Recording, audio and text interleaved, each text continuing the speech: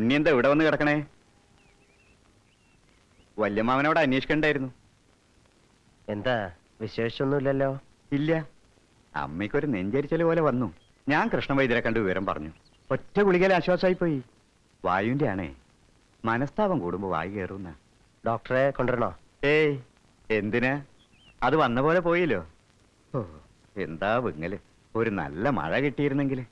എന്നാലും ഉള്ളിലെ വിങ്ങല് മാറുമെന്നാണ് നേരെ.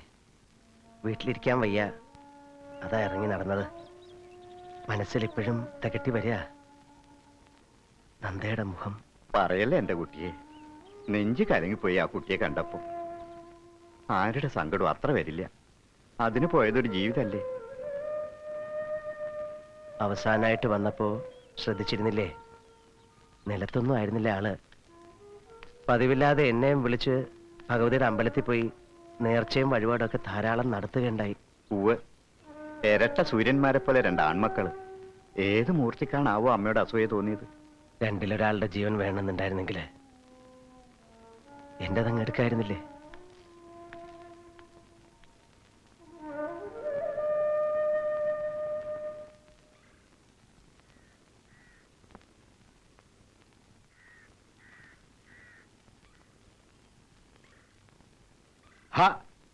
ദൈവം കൊണ്ടുവരുമ്പോ ഒന്ന് പറഞ്ഞുകൂടെ കുട്ടി? പടിഞ്ഞാറുന്നായല്ലോ. ഇത്ര കാലമായിട്ട് അറിഞ്ഞൂടാ നിനക്ക്? കണ്ടില്ലായിരുന്നു മുറ്റത്തുള്ളത്. എന്ത് കണ്ടില്ലായിരുന്നു? പോഴത്തരം കാണിക്കുകയും ചെയ്തിട്ട് രാവിലെ തിരി വെച്ചോ? വെക്കാൻ പോവാണ്. ഇരുട്ടാവാൻ നിക്കരുതെന്ന് പറഞ്ഞിട്ടില്ലേ? എന്തെങ്കിലും അനർത്ഥം തിസന്തിക്ക് ഉണ്ടാക്കി ഇറങ്ങും. വീഴ്ച നിൽക്കാണ്ട് ചെല്ലു കുട്ടി.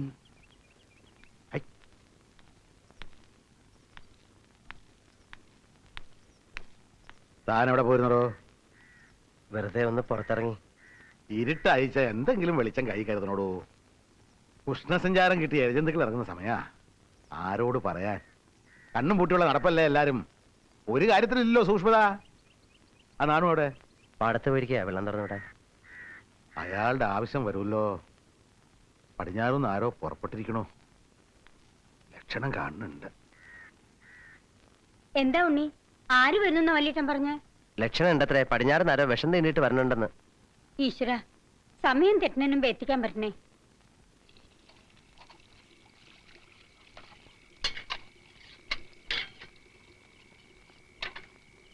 ചെറിയമ്മ കിടന്നോ?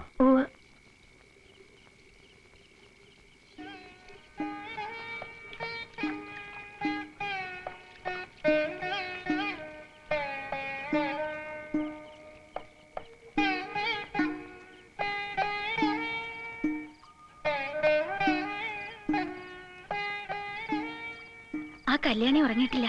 ഇടയ്ക്കെങ്ങാൻ എണീറ്റ് ഞാൻ കിടക്കണടത്തില്ലാന്ന് കണ്ട. എന്താ ഉണ്ണേട്ടാ? ഒന്നുമില്ല മോളെ, ഉള്ളിലെ ഭാരം ഒന്ന് കരഞ്ഞു തീർക്കാൻ കൂടെ കഴിയണില്ലല്ലോ. എല്ലാവർക്കും ധൈര്യം കൊടുത്ത് താങ്ങി നിർത്തി ഉണ്ണിയേട്ടൻ ഇങ്ങനെ തുടങ്ങിയാലോ? ഇപ്പൊ ഉണ്ണിയേട്ടന് എല്ലാവർക്കും ഒരു ആശ്വാസം. ഒരിക്കലും തളരരുത്.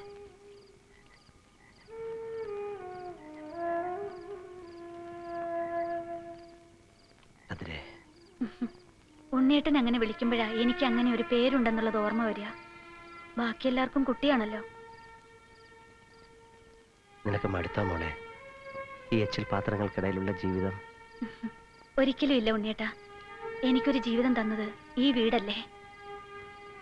അമ്മയുടെ സഞ്ചയനം കഴിഞ്ഞ് എല്ലാരും പിരിഞ്ഞു പോയപ്പോ ദ്രവിച്ച് നിലം പറ്റാൻ തുടങ്ങിയ വീടും കണ്ണു കാണാൻ വയ്യാത്ത മുത്തശ്ശിയും വിട്ട് നാണനായരുടെ കൂടെ പടിയിറങ്ങുമ്പോ ഞാനൊന്നും ആശിച്ചിരുന്നില്ല. പക്ഷേ കാത്തിരുന്നത് ഭാഗ്യം തന്നെയാ. ഒരു വേലക്കാരി എന്നുള്ള നിലയ്ക്ക് ആരും കണ്ടിട്ടില്ല, നല്ല വാക്കേ പറഞ്ഞിട്ടുള്ളൂ. പിന്നെ ഈ മാണിക്യം, ഇതാ ഇപ്പോഴത്തെ സന്തോഷം. അതുപോലെ പേടിയും. ഇനിയും മാറിയില്ല പേടി? ഇപ്പൊ തന്നെ ആരേലും വന്ന് കണ്ടാൽ നാളെ നേരം വെളുക്കില്ല. പിന്നെ എന്റെ സ്ഥാനം പടിക്ക് പുറത്താവും. പടിക്ക് പുറത്തുള്ള ലോകത്തേക്ക് നിന്നെ തനിച്ചയക്കോ? വല്യമ്മാവന്റെ മുഖത്ത് നോക്കി ഇതങ്ങ് പറയാൻ ധൈര്യക്കുറവുണ്ട് എന്നുള്ളത് നേരാ. എന്നാലും അപ്പു ഏറ്റതായിരുന്നു എല്ലാം ശരിയാക്കിക്കൊള്ളാന്ന്. ദൂരെയുള്ള ഏതോ ലോകത്തിരുന്ന് അനുഗ്രഹവും ശക്തിയും തരും.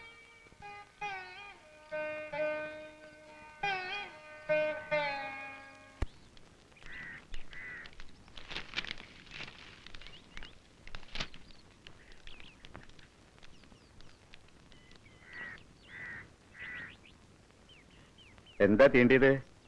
കണ്ടു വല്ലവരും? വെള്ളിക്കെട്ടനാന്നാ പറഞ്ഞു. ആര് പറഞ്ഞു? വെള്ളിക്കട്ടനോ? കണ്ടവര് പറഞ്ഞു. കണ്ടവരുടെ വാക്കും കേട്ട് ഇറങ്ങി പുറപ്പെട്ടിരിക്കാ. എവിടെ നാട്? കൂറ്റനാട്. അവിടെ ഒന്നും നല്ല ജാതി പാമ്പുകളില്ലല്ലോ. പാണജാതിപ്പെട്ട വല്ലതായിരിക്കും. വല്ല മഞ്ഞച്ചേരിയോ പച്ചിലപ്പാമ്പോ. ആ എത്തിയോ? ഇക്കണ്ട നേരമൊക്കെ എന്തും കാത്തിരിക്കായിരുന്നു. ഇന്നലെ സന്ധ്യക്കല്ലേ തീണ്ടിയത്? ചിലര് ചേർന്ന് അനിക്കാട്ട് വൈദ്യരുടെ അടുത്തേക്ക് കൊണ്ടുപോയി. ആ. രാത്രി ഒത്തിരി കഴിഞ്ഞിരുന്നു. അപ്പോഴാ വൈദ്യര് പറയണത് നേരത്തോടെ നേരം കഴിഞ്ഞാൽ എന്തെങ്കിലും അറിയാൻ പറ്റുമെന്ന്. പിന്നെ അപ്പൊ തന്നെ എടുത്തു. ഓരോ മുറിവൈദ്യന്മാര് കൈയൊഴിയുമ്പോഴാണല്ലോ ഇവിടുത്തെ കാര്യം ഓർമ്മിക്കുക. ഇവിടെ കടിയേറ്റത്. ഈറി ചോര ഒത്തിരി കളഞ്ഞു.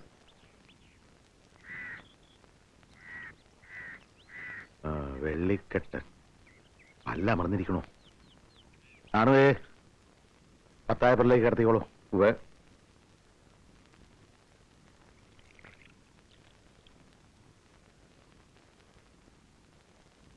കുറച്ചു നേരം അങ്ങനെ കിടക്കട്ടെ. കണ്ണ് തുറക്കുമ്പോ ആ ഗുളിക നിന്നും മരുന്നും കൂടെ കൊടുത്താൽ മതി. ശരി. ഉച്ചയാവില്ല നടത്തിക്കൊണ്ട് പോവാം. ഓ. ഉം? ഉം. ഉണ്ണി അങ്ങാടിയിലേക്കാ? അതെ, കുഴമ്പിന്റെ കാര്യമല്ലേ പറയാൻ പോണേ, മറക്കില്ല. അതല്ല, ഒരു ഇൻഡന്റ് വാങ്ങിയിട്ട് വരണം. എന്നിട്ട് നീ തന്നെ വേണമെന്ന് എഴുതാൻ മുത്തശ്ശി പറഞ്ഞുതരാം. ആർക്കാ മുത്തശ്ശി? ബാംഗ്ലൂരെ മോക്ക്. അതിന്റെ വിവരം എന്താണെന്നൊന്ന് അറിയണം. അതിനെ അങ്ങനെ മറക്കാൻ പാടുണ്ടോ നമ്മള്? ശരിയാ, ഞാൻ മറക്കാതെ കൊണ്ടുവരാം.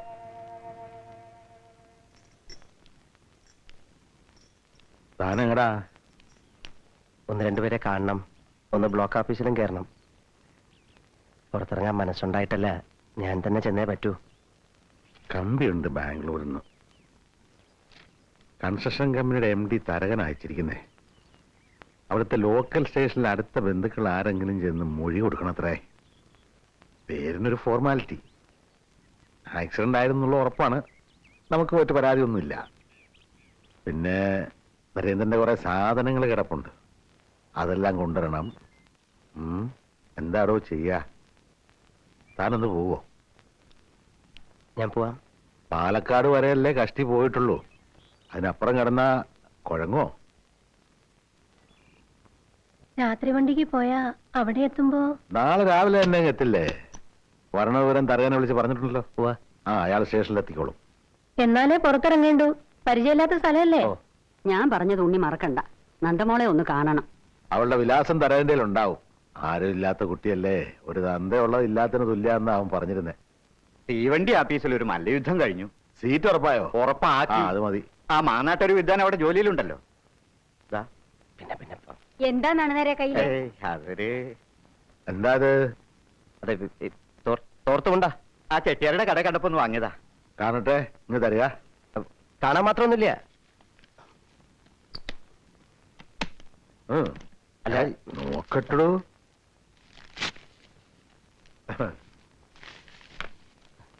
ആയ്, കാൽസറായി. എന്താണ് ഇത്ര പരിഷ്കാരമൊക്കെ ആവാന്ന് വെച്ചത്?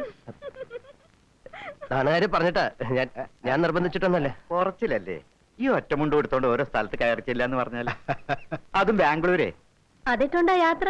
ഏയ്, അവിടെ ചെന്നിട്ട് ആ, അത്താഴം എന്താ കഴിക്കാൻ നോക്കുക. പുറപ്പെടണ്ടേ?